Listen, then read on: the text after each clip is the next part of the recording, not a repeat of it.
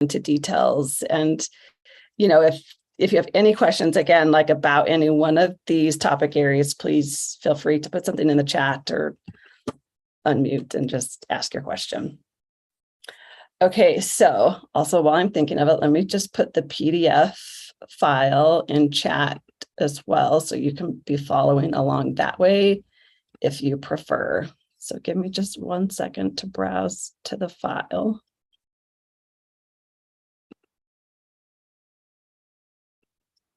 So it's a PDF. It will show up in the chat, but you have to kind of click on it a couple of times, sometimes to get it to download. And if you're on like a shared computer and there's any kind of like firewall, sometimes there's a limitation. If that's the case, just please send me a private chat or send me an email and I can send you the document that way. Okay, so let's start with number 1 here. So when like the topic of literature comes up, I immediately think like the journal literature, because that's what's so kind of pervasive and there's so many articles a year. So I'm kind of going off of that assumption of the literature equating to journal articles, but it's a broad term too. And you can include other types of works in the phrase and the term literature. You know, of course, it would include books. It could include like presentations and, you know, proceedings. So, but I'm kind of just coming at it a little bit from the journal angle. And then, but if you want to know more about books and other scholarly communication outlets, then we can kind of go that direction too. But what I have found to be one of the easiest ways to keep up with literature is to join a journal club. And there are lots of different ways to do that. In fact, you could even start your own journal club if you don't find one that really meets your discipline and your need. So the first one, I just have to give a shout out for my own discipline and my own journal club that I happen to run. And it's called Reading for Research in LIS. So LIS stands for Library and Information Science. I know we don't have an LIS department on this campus, like an academic department, but for librarianship, you know, we try and keep up with that discipline. And that's really kind of where a lot of our research falls, is within LIS. So I started a journal club because I needed to keep up with the literature. Librarians at the U of U, we are categorized as faculty and we have to follow the same tenure standards as other faculty do. So we have to do original research, conduct original research and then produce it and publish it. So I typically so I've been doing this for 20 years or so, and I've done primarily historical based research. So I've looked at the history of the University of Utah and its authorship history, when authorship really started at the institution, when it became required. And then I look at what people have produced as authors at the U of U. So it's kind of in terms of this presentation, it feels very meta. So I study basically authorship and publishing at the institution, but broader too, within the US. So that, has kind of been my research focus the last 20 years, is using historical methods. But just this year, I had to kind of pivot a little bit because I sort of quickly realized, maybe not so quickly, just over my career, I have realized that there's this really close intersection between authorship and publishing and reading. Of course, duh, it's this no-brainer. But I was I need to also, while I'm figuring out what's been produced by the institution and by those in the state as authors, what is it that people read essentially too? Is there any kind of correlation between authorship and reading? That's kind of where my current research inquiry is. So, but to study reading takes totally different methodology than doing historical studies. So I've had to kind of pivot into this much more social science-based methods. And okay, library school gave me some kind of training on social science research methods, but that was back in 2009. That was quite a while ago. So I had to really kind of re-educate myself on that research method area. So that's what this journal club kind of helped me personally sort of wrap my head around, and then my colleagues too within the building. And then, it's open to anybody in the institution, because we don't have this academic discipline of library and information science. I sort of figured we could open it up to anybody that's sort of interested in that as a domain and as a discipline, and keeping up with the literature in that discipline. So that's one way, but there's other journal clubs at the institution, and, like national journal clubs too. So another one that I really like, that I think is fun to participate in, is it's a live stream preprint journal club. So it's really pretty kind of entertaining. Does everybody know what a preprint is?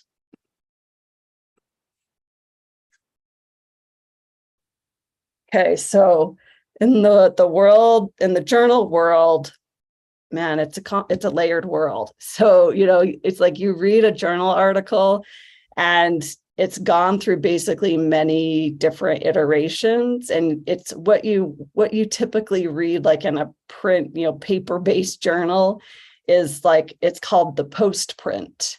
So it's on like version 3, basically, of what the author has created. So you all, as potential future authors, hopefully, as researchers, you're going to kind of go through these stages. So you write a manuscript, that's when you become an author, and that's like version 1, the manuscript.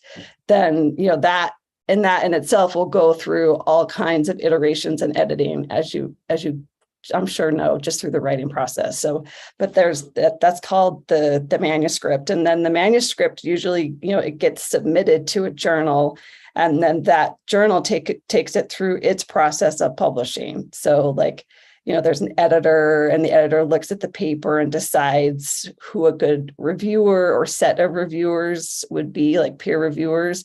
And then that manuscript version goes out to the peer reviewers. And then usually there's always there's like some commentary and some suggestions, and then those come back to the editor, and then also back to the author. And then that goes from the manuscript version to this kind of final peer-reviewed version of the manuscript. So manuscript to final peer-reviewed. And then there's sometimes like, even like after the peer review, then like the publisher will kind of do some of their layout work and make it look really nice and turn it into a PDF and put on like their logo. And then that becomes this post-print. So preprints are kind of like basically the manuscript, but they can also kind of sometimes be this peer-reviewed version too. So you're kind of essentially getting like this pre-review of like a potentially final published paper. So there's lots of preprint servers now that are out there. It's kind of a big shift within the scholarly communication world, like mostly because of the web, that now we have like this worldwide distribution system. So people will post their manuscripts as preprints, and then they'll, take them through like the usual journal process, but you can basically read this preprint version. And that's what this journal club basically organizes. So they partner with different publishers. So like in the version I went to, they partnered with the Public Library of Science, and then together with Public Library of Science plus this preprint review group, they chose an article to review, and then everybody from across the globe came together. And like, I think I had to like get up at like 7 o'clock in the morning or something to like, use like the Greenwich Mean Time or whatever. And like, we all met and then read, we read the preprint beforehand, and then we went through all the components of the preprint, and then people gave their feedback and then asked questions of the group members. I don't think the author was at that one, but some journal clubs will have the authors there too. So Evan, ResearchGate tends to deal more with postprints, but I think like they're not technically a preprint server in the way that like Archive with an X is a preprint server. So ARXIV, that's a pretty popular preprint server. And ResearchGate is kind of like personal, like scholarly profile management platform. Like, different authors can post their content there if they want, but they could do like preprint and postprint if the publisher's policy allows for the postprint. So it's kind of like a combination and not just strictly preprint. So those are fun, like, those live stream journal clubs, it was very entertaining. So I would definitely recommend that. I mean, it was educational and like entertaining and kind of fun all at the same time. So it would be a good way to keep up.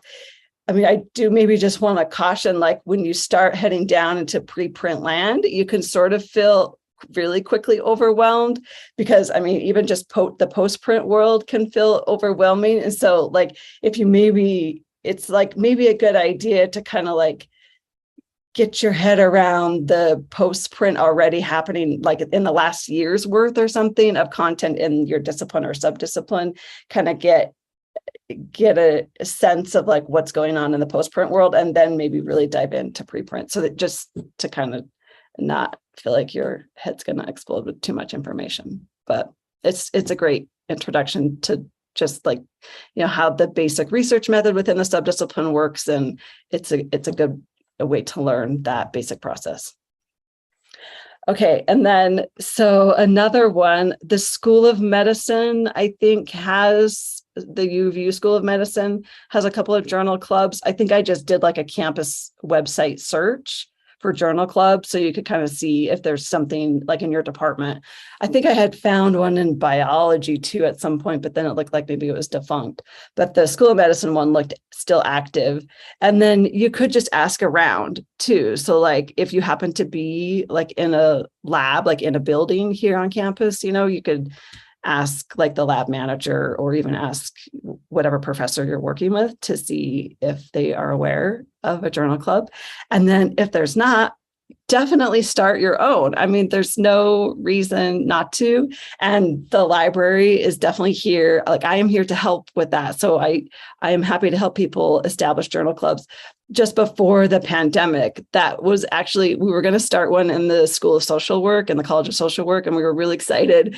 And then everything fell apart, of course. And then the professor that I was working with ended up retiring too. So then I've not really been able to pick up on it again. But our whole plan was, for me to work closely with the professor. I'd be happy to also work closely with you as student researchers, and then just kind of like looking at what the top journals are in the discipline or subdiscipline, and then kind of, choosing articles on a rotating basis from those top journals. So it'd be pretty kind of not a lot of heavy lifting that's required. And then really it's just a matter of deciding like how often the group is going to meet and in what platform, and then if it's going to be one article at a time, if it's going to be like 2 or 3, like it's just kind of those details that you would work out. And so I'd be very happy to help start one if you don't find a good one that's in your discipline that seems like it would be useful. Okay, so there's a journal club idea.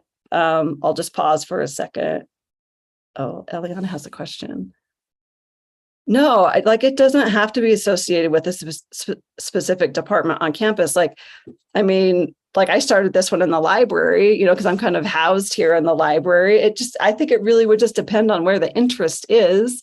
And then especially if maybe there's a subdiscipline that you all are active in that is transdisciplinary or cross-disciplinary, and maybe there's not a great journal club that's kind of covering, I don't know, something that's in, both College of Engineering and the School of Business or something, maybe there needs to be kind of a cross-discipline based journal club based on the projects you all are working on. And so, yeah, it doesn't have to be just in one department area. And the library has we have a couple, hopefully somewhat popular social media platforms. So that's what we use to kind of advertise our different reading clubs. And it could very easily, be something that the library helps advertise if there is a journal club that you want to start. And thanks, Shiver, for posting the journal club search? How did it look? I haven't looked in a while. Did you see anything new?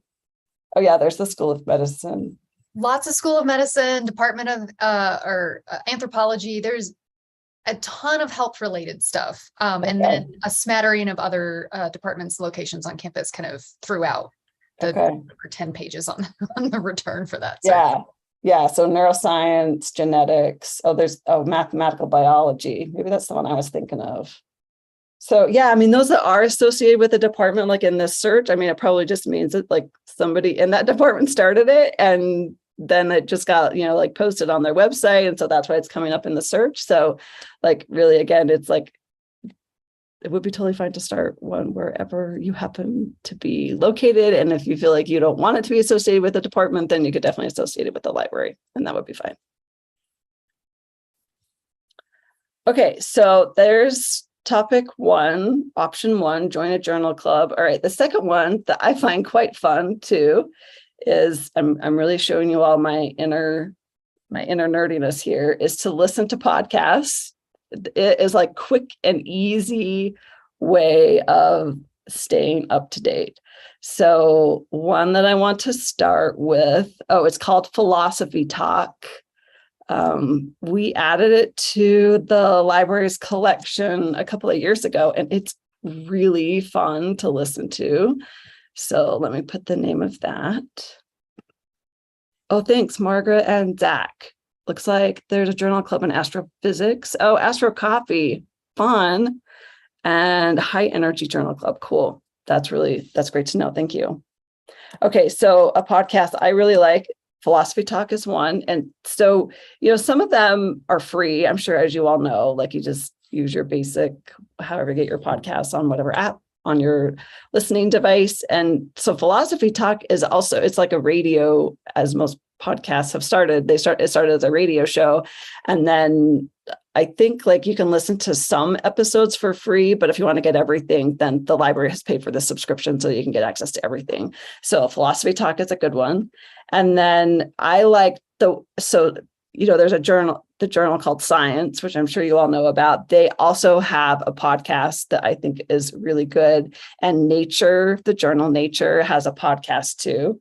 And then let me just put in the chat too some other recommendations from other students over the years. So one, which I have not listened to yet myself, but they seemed like good suggestions.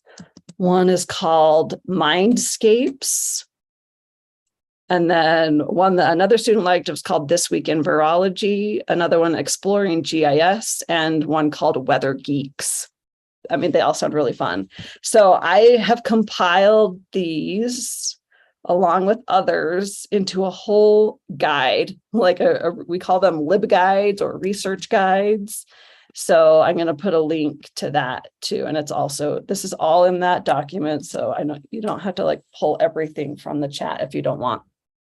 But there's like, I basically have like a podcast guide, and then like I have some reading recommendation guides, and then I have like tons of guides. So, but the one will take you just to finding good podcasts. So I have a Mac that I use for my work laptop, and I just use the Apple Podcast app that comes with the laptop. And then like, I would say maybe like once a week or so, there's one that I really like that's within my profession called, it's got a funny name. It's called Velocity of Content, but it comes from the Copyright Clearance Center, and like they have a new episode every week.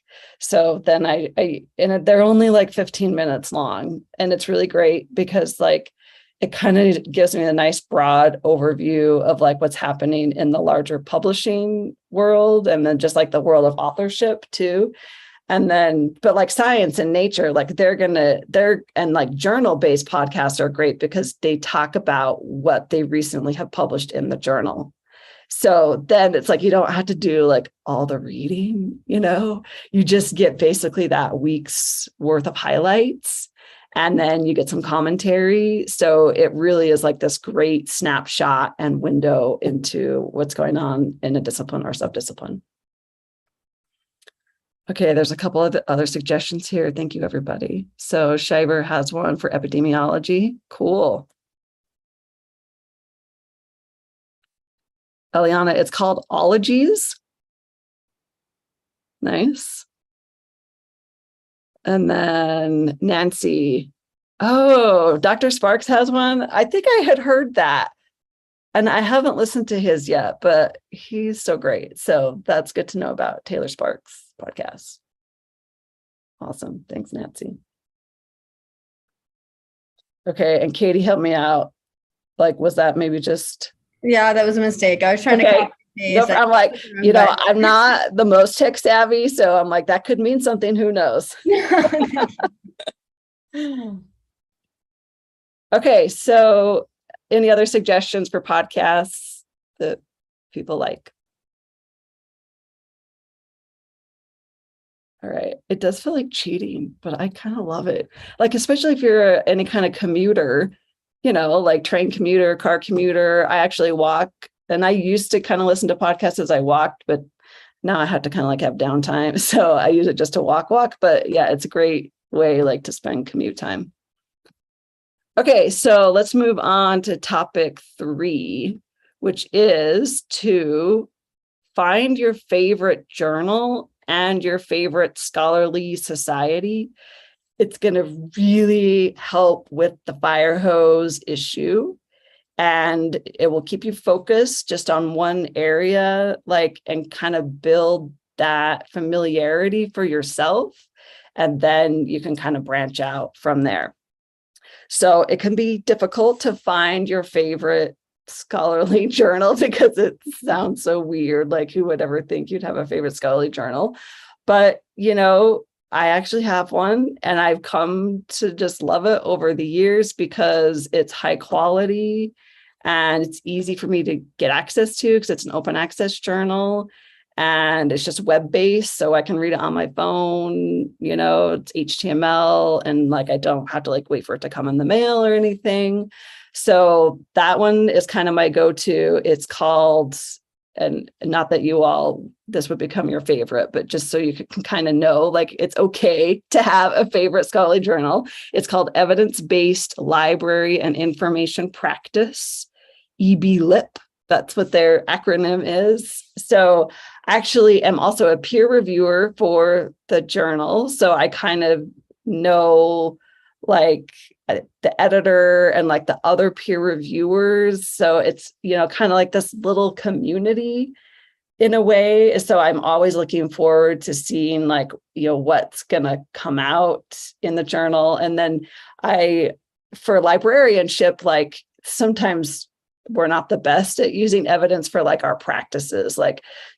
For our research, that's kind of a separate thing, our scholarly research. But when it comes to day-to-day library practices, things just build up over the years, and we don't always use data to make decisions about what to do within a library. So that's one of the big reasons I like the journal, is because, they're asking basically practitioners to go and gather some data to kind of justify the decisions that they're making. And then that kind of just helps me within my librarianship practice. And then it's OA, like I said, open access. So I don't have to pay anything to get to it. And this is going to sound bad, and I don't have to go through a library subscription to find it. It's just on the web, and it's super easy, and I can just read it on my phone, like I was saying. So because journals are more than just journals, because they are basically these little mini communities, going and finding your favorite is it's kind of essentially what it will end up meaning for you, is that you get connected to other people just through the process of reading a journal. You learn names, you learn about people who are active in the discipline. And then, when you, at whatever point you get to meet someone in person, go to a conference or attend a seminar or whatever, you're going to recognize the name, and you're going to be able to just strike up conversation and be oh my gosh, I really appreciate your journal, or I read your article from 2 months ago, and your research method was so unique, and I kind of wanted to implement it for myself. It's that's kind of how you're going to start making connections within the larger academic discipline. So it's definitely more than a journal, and it's definitely more than just totally keeping up with the literature. That's part of it. Of course, it's part of it, but it's, it really is you kind of creating a community for yourself. So most journals are going to be tied to a society, not every journal. So the one that, my favorite, EB Lip, it's not tied to a society, but some of my other favorite journals are. So the society that I have really come to enjoy being part of is, I know you're going to be surprised here, is called the Society for the History of Authorship, Reading, and Publishing. And like, I didn't know it existed. Like when I was in graduate school, I found out about it later and I was like, oh my goodness, like this is so perfect. Like, this is exactly what I study. And so it's an international society and I've attended one of their meetings so far, but they have a journal. So it's called Book History. So this is the one, it's funny. It's like, this is kind of old school. It's like I have to wait for it to come in the mail. It only comes once a year and it's got about, 10 or so papers in one issue. So it's a couple hundred some odd pages. And then like, I just follow this society. So like I go to their meetings and then I'm on their listserv. And then, I follow them on Twitter and then I read the paper journal when it comes. So for my scholarly research, this is the society that I am like most embedded in. And then, I keep up with the literature basically by reading the journal when it comes to me in the mail as a member of the society. So that's one reason to sort of find your favorite society is that you typically pay a membership fee. So, you're wanting to be really picky and choosy because the membership fees like usually come from your own pocket. So like, the U of U doesn't pay my membership fees. I pay my own membership fees. And you want to really find one that's going to match your research interests. And it can take time to figure out your research interests. So like kind of give yourself that latitude too. And like, because the journals are going to be quote unquote free to you, like through a library subscription, like starting with the journals first is going to, make it so you don't have to pay anything, that you get to kind of familiarize yourself at no cost to you. And then as you're kind of figuring out and really finding your research interests home, then, by the time you kind of get that solidified, paying $100 a year for the membership won't feel quite as taxing. Okay, so any thoughts on favorite journal or favorite scholarly society? And I do have a guide for finding a scholarly society. It's like there's a lot of them. And so there is like an aggregator site. It's called the American Council of Learned Societies, ACLS. And they do a really good job at bringing together like humanities and social science-based societies and science as well. They're not so good at bringing together like medicine and engineering and like tech societies. So I kind of use a combination of ACLS and then just Wikipedia and to see so you can see a nice long list of societies. So you could kind of just go by discipline basically, and then, just kind of start reading up and see which ones would be a good fit. Okay, so a couple other podcast recommendations. Thank you from Rachel, who also likes materialism, and then Gabriel. Andrew Huberman Lab. Is that a lab here at the U of U? That's pretty cool if it is.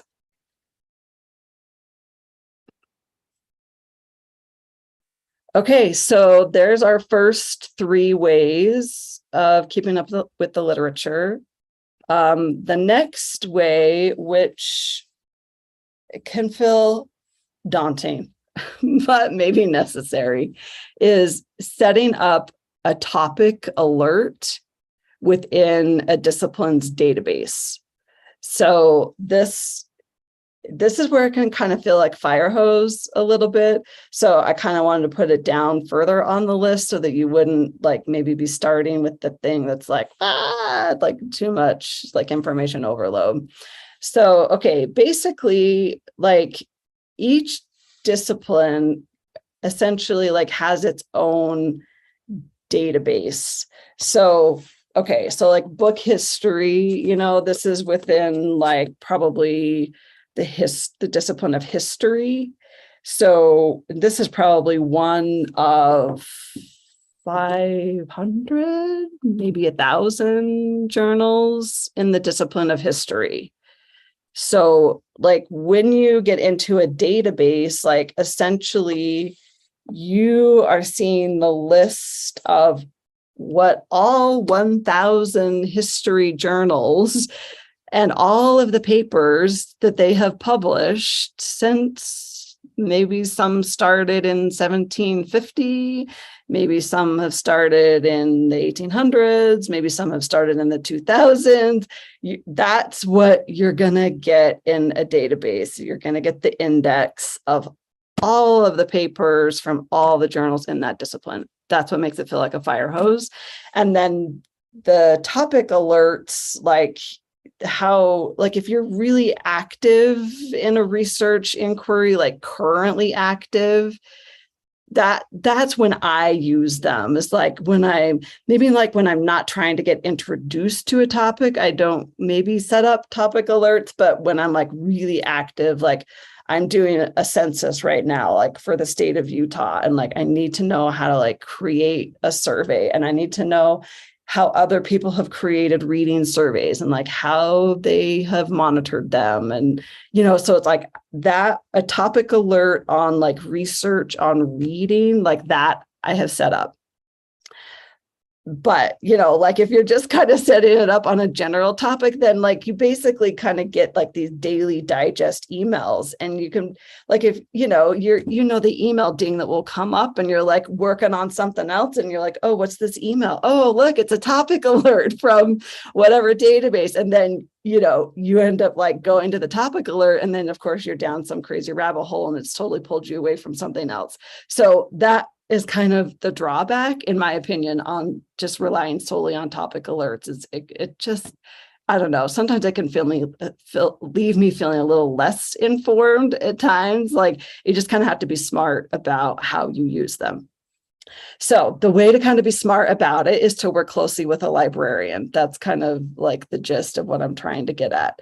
All right, so and this is because, each discipline has its own database, and then each database kind of has its own little tech ins and outs. Like they are all published by different people and entities, and they all have their own IT departments. So they're all going to kind of design them very differently. So like any database that you're going to go to is not going to look exactly the same. So that's what can also feel like a fire hose, but working with a librarian who really knows the database well and kind of knows the ins and outs of the tech piece of it is going to kind of help you navigate that piece and not feel like you're going to get lost really, really quickly.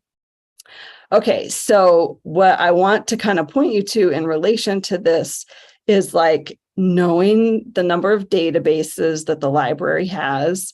And one cool feature, what I'm going to put in the chat, is a link to the library's database page. So it's just, databases.tools.lib.utah.edu. So it's an alphabetical listing. Initially, it's just alphabetical. You can go by type and discipline if you like, but just like from the get-go, it's just alphabetical.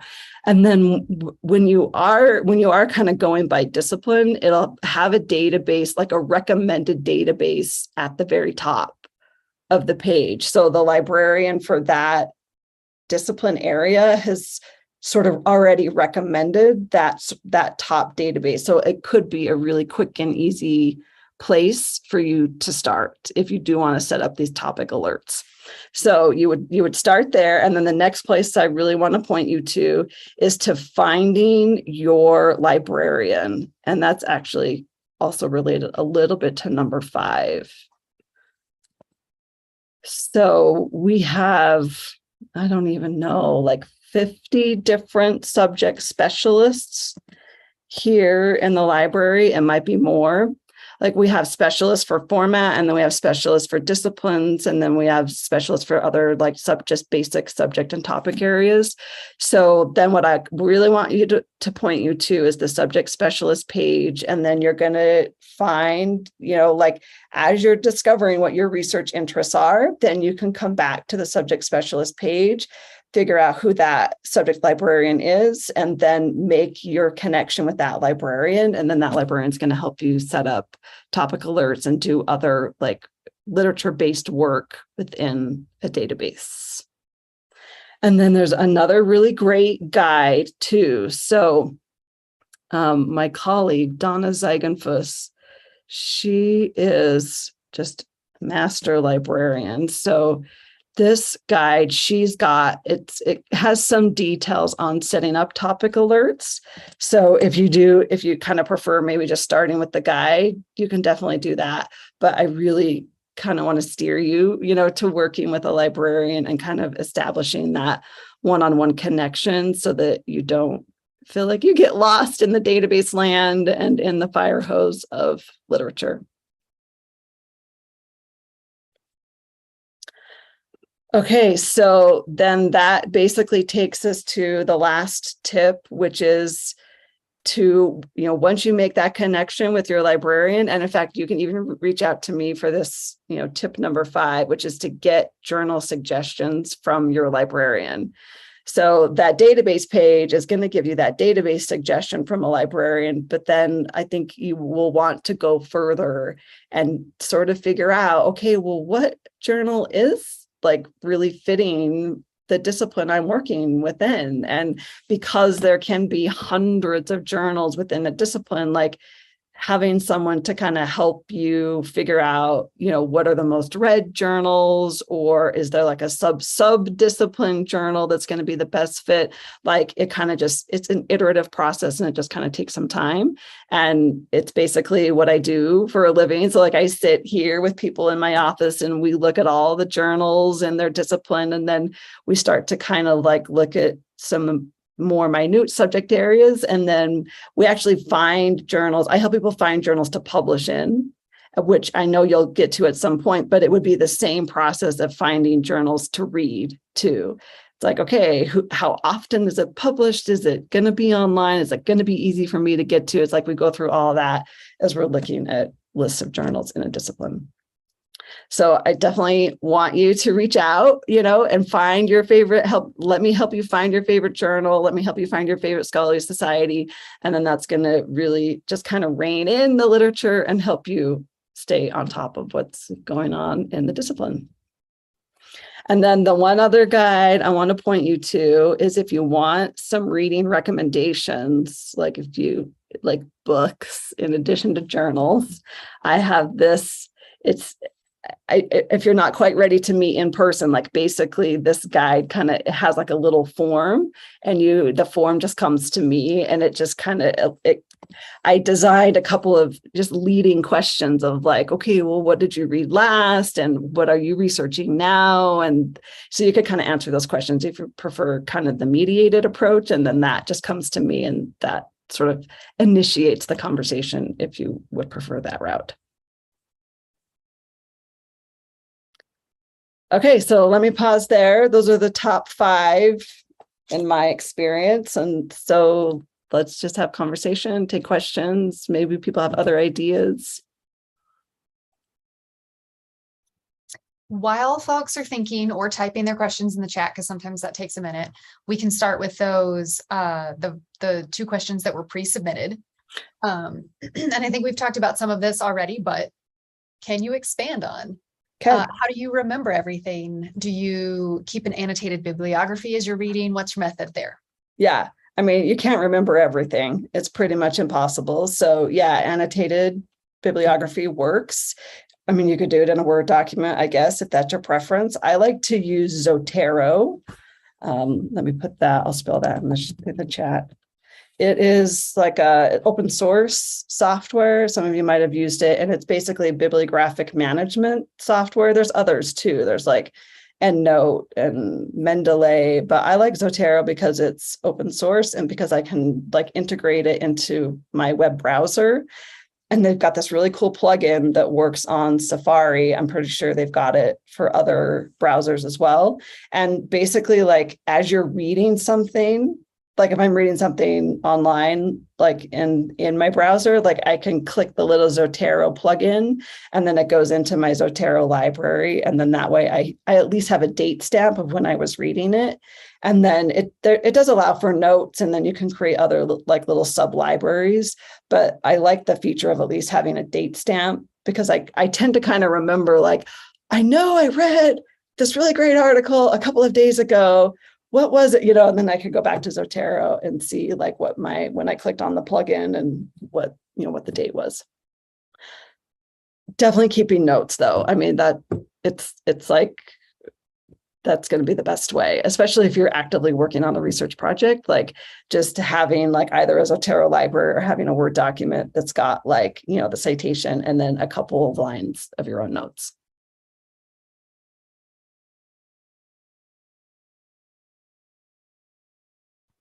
We had one more pre-submitted, and then we have one in the chat. So the pre-submitted is what's the best method to use for reading literature in an efficient way? We can absolutely talk about that a little bit now, but also next week's education series event is on how to read a research article strategically. And so you'll have a full hour of that next week if you're planning on attending all of these. But if you wanted to address that a little bit, we could do that and then move on to the one in the chat. Yeah, sure. I mean, definitely, I recommend the course like that. It sounds like that's going to be really great. I will, like, sometimes I'll just read the abstract and then that is sufficient, like, especially for me to kind of decide, like, should I go further? So like, I'll just kind of consult that. And if it's like not looking great, because like most abstracts now are kind of structured abstracts where we'll kind of include a little bit of like the methods and a little bit of discussion too. So then you could kind of get that snapshot. So it's a really quick and easy way to just, not have to read a 10-page article and just read like one paragraph. And then, I mean, I'm sure the class that in the future will have other tips, but I mean, again, I think like using the weekly podcast from the journal is, I mean, because you're not reading anything. You're just getting the journal editors and the journal staff's perspective on what's happening at the journal that week. And, if it's like a 20-minute episode, then that's going to be 20 minutes of your time to kind of figure out what's going on in the journal and then help you decide if you should go further with deeper reading. Okay, so those are both great questions. And now Eliana's question. Do you have any recommendations for keeping up with literature when you work at the intersection of many different disciplines? Yeah, such a good question. Should you keep up with them separately or should you search for subdisciplines? I would say search for subdisciplines. Because I mean, you could like kind of keep up with them separately, like maybe just initially to kind of give you like that foundation. If you needed the foundational approach, like that you're kind of pulling like the key articles from the two disciplines, that could make sense. But like moving forward, I think you're good there. I'm pretty sure there's going to be a journal out there that is already reflecting the intersection. So it's just a matter of finding the journal and then really keeping up with that journal. Great questions. And there's probably a podcast too. I bet there's like an interdisciplinary podcast within whatever scope you're working within. And so that would be worth looking into as well.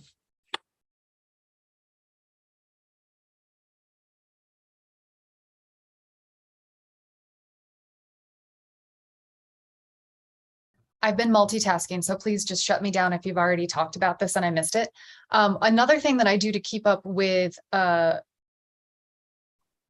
like newly outcoming articles on topics that I've already done that foundational work for. So like the keywords of my own research is to set up a Google alert that just goes into a specific folder in my email. And so you just filter it right in, and then I can go into that email, or I can go into that email folder and see what the most recent titles coming out about whiteness are. And then I can be like, oh, this one overlaps with specifically what I'm doing right now. This one's on a different approach that I'm not really thinking about at this moment, so I don't have to read it. And then I don't have to go back and redo my searches because they're coming to me, which is nice. I think that's a great suggestion. I definitely like the idea of putting it into its own folder that then you go and check like separately. So how often would you say, do you go and look at the folder like every other day, like once a week? It depends on where I am in my research process. I have a weekly email alert set up, and I might go in once a month and just see, oh, 25 things have come out in all these different journals, and then kind of prod deeper if any of them look interesting and helpful. Nice. That's a great idea.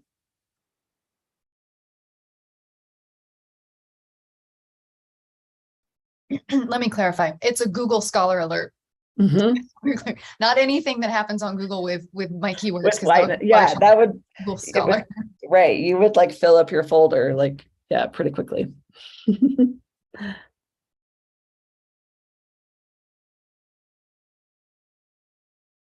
So I have a quick question, if that's okay. Yeah. So going back to journal clubs, if I understand it correctly, it's not only just like posting journals on a website or something like that, but you also like have peers that you meet with. Yep. Too, right? Yep. Okay. How do you get peers? How do you notify people that your club is a thing?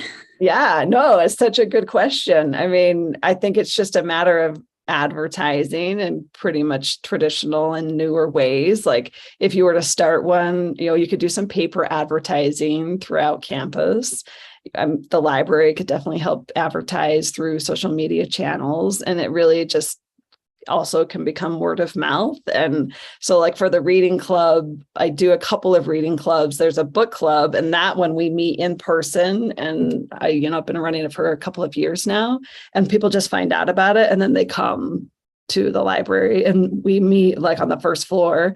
And then for the journal club, like that's all just been by Zoom. And like not as many people have found out about the journal club as they have about the book club. So I don't get as many just, like almost like complete strangers coming to the journal club, but pretty much complete strangers come to the book club, and we just get together and we just meet. And so the same thing could happen, I would think, though, with any other kind of, especially if it was like a student run journal club, like there'd be great ways to advertise that, like, in the student newspaper, definitely. And then through I'm sure departments would be willing to advertise on behalf of a student run journal club as well.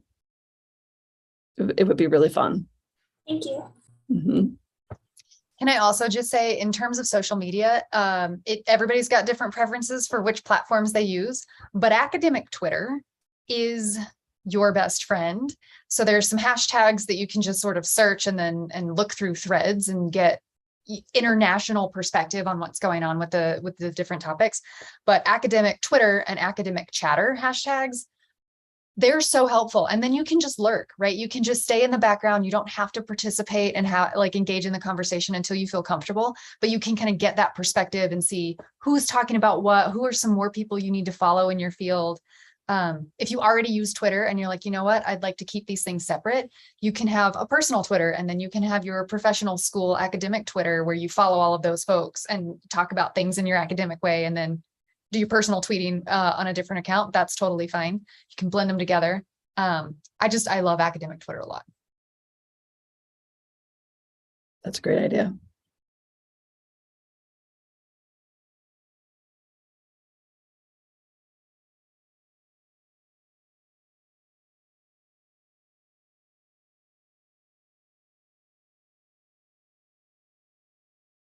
All right. So any final questions, thoughts,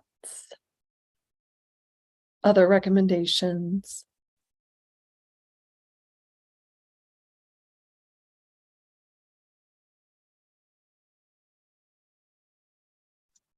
Okay, well, if not, we will go ahead and wrap up.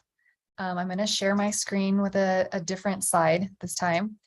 And thank everybody. So thank 69 students, I think, at some point who had logged in. That's very exciting. Thank you all for coming, attending this event. And thank you, Allison, for your insight, for your organization, for your willingness to facilitate this conversation. I will post the Word document on the education series page. So if you didn't download it, it'll still be there. You'll have access to it. And just as a reminder, If you logged into the Zoom call in real time, your attendance is taken care of. If you are watching the video later and you want that to count for your education series attendance, please go back to the top of the education series page and fill out that evaluation form with your unit so that I can keep track of that.